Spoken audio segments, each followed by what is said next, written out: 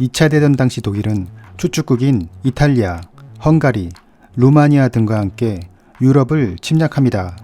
하지만 이러한 동맹국들의 전투력은 그리 크지 않았기 때문에 독일은 거의 혼자만의 힘으로 전 유럽을 상대했다고 볼 수 있습니다. 독일이 이렇게 유럽을 상대로 전쟁을 치를 수 있었던 이유는 병사와 장교들 개개인의 전투력이 뛰어났기 때문이기도 하지만 우수한 성능의 무기를 보유하고 있었다는 점도 큰 요인이었습니다.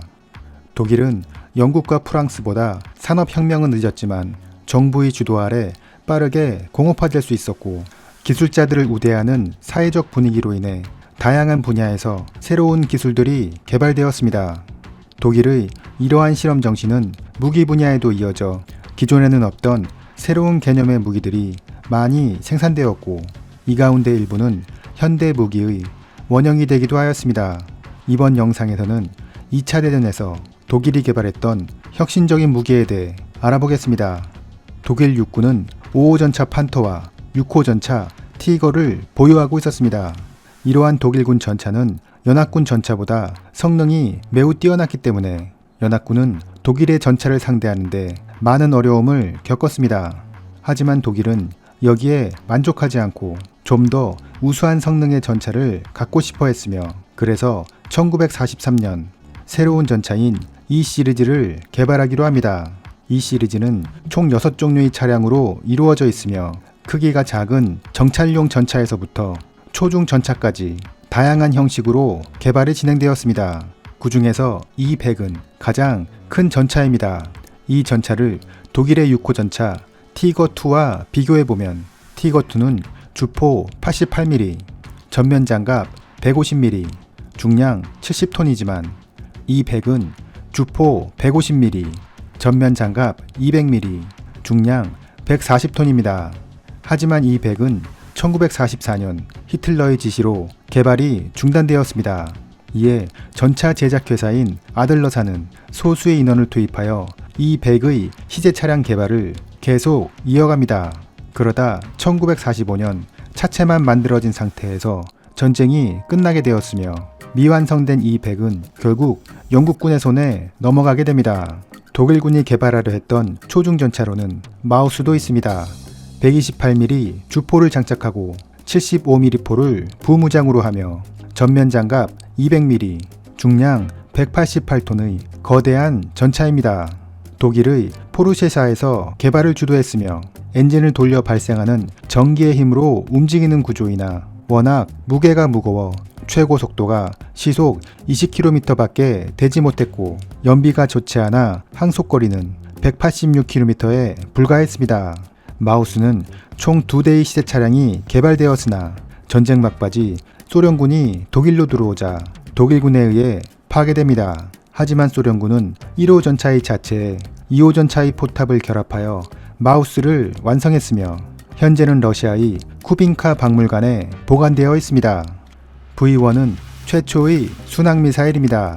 정식 명칭은 FI-103이며 제트 엔진을 이용한 무인 비행 폭탄으로 850km의 폭탄을 싣고 시속 640km로 비행하며 사거리는 200km입니다. V1은 항법 장치인 자이로스코프가 장착되어 있으며 목표 장소에 도착하면 연료 공급을 중단하고 낙하하는 방식이었기 때문에 현대의 순항미사일과 같은 정밀 타격은 할 수 없었습니다. 하지만 매우 저렴한 가격으로 제작될 수 있다는 점, 무인으로 작동되어 조종사의 피해가 없다는 점, 날씨와 시간에 구애받지 않고 발사할 수 있다는 점 등 장점이 많았습니다. 대부분 프랑스에서 영국을 향해 발사되었으며 총 2만 발 이상이 발사되어 2만 4천 명의 사상자를 냈습니다. 하지만 시간이 지나면서 영국도 V1에 대한 대응을 하기 시작했으며 V1이 날아오는 길목에 대공포를 배치하여 격추하거나 스피파이어와 같은 전투기들이 공중에서 직접 격추시키기도 했습니다. 다음은 세계 최초의 탄도미사일 V2입니다. 독일은 매우 일찍부터 로켓을 연구하기 시작하여 1932년 액화산소와 알코올을 이용한 로켓 A1을 만들었으며 2차 대전 말 300km의 사거리를 낼 수 있는 탄도미사일 A4를 개발합니다. A4는 연합군 측에서 V2 로켓이라 불렀는데 약 3,000발 이상이 발사되어 9,000명의 사상자를 발생시켰습니다. 종전 후 V2의 로켓 기술은 미국과 소련의 로켓 개발에 원천 기술로 이용되었으며 1946년 미국에서 발사된 V2는 34만 피트까지 상승하여 최초로 지구의 모습을 촬영하기도 했습니다. V3는 300km의 사거리를 낼 수 있는 슈퍼 대포입니다. 일반적으로 화포는 한 개의 탄두가 한 개의 장약에 의해 발사되는 것이 보통이지만 V3는 포신의 길이가 무려 150m이고 여기에 중간중간 24개의 약실이 있어 이곳에서 화약이 순차적으로 폭발하면서 포탄을 밀어올리는 방식으로 작동합니다. 프랑스에서 영국 본토를 공격하기 위해 계획되었으며 만일 개발에 성공한다면 연일 600톤의 포탄을 런던에 쏟아부을 수 있었습니다. 하지만 약실 내의 화약이 정확한 시간에 순차적으로 폭발하여야 한다는 기술적 문제가 있어 실용화되지는 못했습니다. 이것은 독일의 자주포 카알입니다. 독일군은 적군의 토치카 등 저항 세력을 제거하거나 시가전에 있어서 건물을 하나하나 파괴하기 위해 구경 600mm의 거대한 포를 가진 자주포 카알을 제작합니다. 이 포의 포탄은 2.1톤으로 2.5m의 콘크리트나 440mm의 철판을 관통할 수 있으며 1시간에 6발을 발사합니다. 124톤의 거대한 자주포였기 때문에 110명의 운용요원이 필요했으며 무게에 비해 엔진 파워는 580마력에 불과했기 때문에 이동 속도는 시속 10km였습니다. 다음은 세계 최대의 열차포 구스타프입니다. 독일은 1935년 프랑스의 마지노선을 공격하기 위해 거대한 열차포를 개발하기 시작했으며 구경은 800mm, 사거리 45km, 포탄은 1m의 장갑판 또는 7m의 콘크리트를 관통할 수 있습니다. 하지만 개발이 늦어져 원래 목표인 마지노선에는 사용하지 못하였고 1942년 개발이 완료되어 소련의 세바스토폴 요새 공략에 사용되었습니다. 포의 무게가 1350톤이었기 때문에 특수하게 개발된 열차로만 운반되었으며 포의 사격과 지휘에 1500명, 조작과 경비에 4000명의 인원이 필요했습니다. 포를 설치하는 데만 3주에서 6주가 필요했고 포탄은 5톤의 일반 고폭탄, 7톤의 철갑탄 두 종류가 사용되었으며 1시간에 3발을 사격할 수 있었습니다.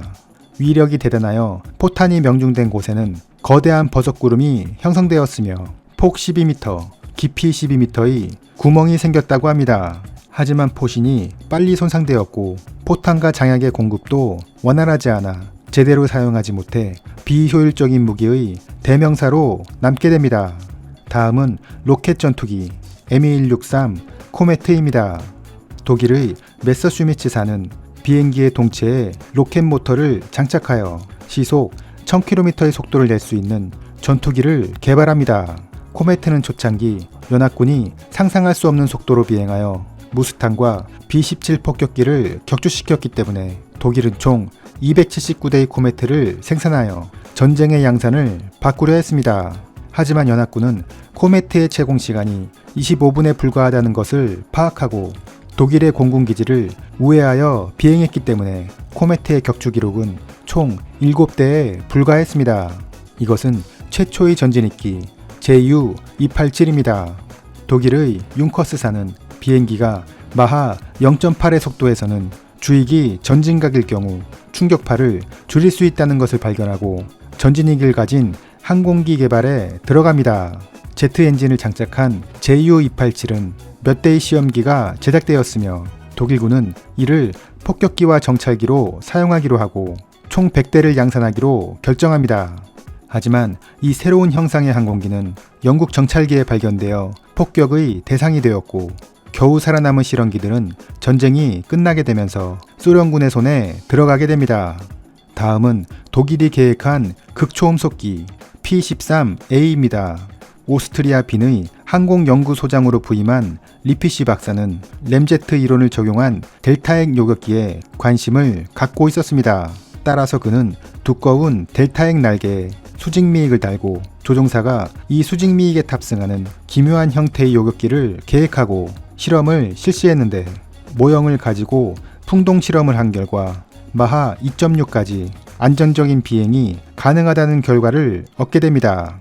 리피시 박사는 램제트 기술을 이용하여 2단계에서는 시속 6,000km, 3단계에서는 무려 10,000km의 속도를 낼 수 있을 것이라 예상했지만 전쟁이 끝나게 되면서 모든 기술이 미군에게 넘어갑니다. 이후 P-13A는 미국의 델타익 항공기들의 기술적 기반이 되었습니다. 다음은 전익기 HO-229입니다. 독일의 호르텐 형제는 항공기의 전체가 날개 형상을 하고 있는 전익기가 장거리 비행에 유리하다는 것을 알고 제트 엔진을 장착한 전익기 개발에 착수합니다. 독일 공군의 원수인 괴링은 호르텐 형제의 개발 계획을 지원하면서 폭탄 1000km 탑재, 시속 1000km, 항속거리 1000km인 항공기를 만들어 달라고 제안했는데 이들은 실제로 1000km의 속도를 낼 수 있는 전익기 HO-229를 개발해냅니다. 독일은 이 전익기를 야간 전투기, 고고도 전투기, 폭격기, 정찰기 등으로 사용하려 했지만 결국은 모든 기술이 미군에게 넘어갑니다. 마지막으로 성층권 전투기 쟁거입니다. 독일은 1942년 항공기를 이용하여 미국 본토를 공격한다는 계획을 세웁니다. 이 항공기는 3000m의 레일을 이용하여 이륙하게 되고 초속 500m의 속도로 순식간에 성층권에 도달한 후 이때부터 활공을 하며 비행합니다. 그리고 미국 본토에 폭탄을 투하한 후 계속 비행하여 남태평양의 일본군 섬에 착륙한다는 계획이었습니다. 쟁거는 실제 제작되지는 못했으며 미군이 불에 타다 남은 연구 보고서를 발견하게 되면서 그 존재가 드러나게 되었습니다. 이 보고서에는 쟁거가 380km의 폭탄을 싣고 미 본토를 공격하며 여기에 신경가스탄을 사용하려 했다고 전해지기도 합니다. 독일은 이렇게 당시로서는 최첨단의 신무기를 많이 개발했지만 전쟁에서는 결국 패하게 됩니다. 이것은 몇몇의 좋은 무기만으로는 미국의 압도적인 생산력을 극복할 수 없다는 것을 보여줍니다. 독일이 전쟁을 일으키고 여러 전쟁 범죄를 저질렀다는 점을 제외하고 단지 기술적인 관점에서 본다면 그들이 기술자를 존중하는 사회적 인식, 새로운 분야에 대한 도전 정신, 실험 정신은 인정하지 않을 수 없다고 생각합니다. 이상으로 독일군의 슈퍼병기였습니다.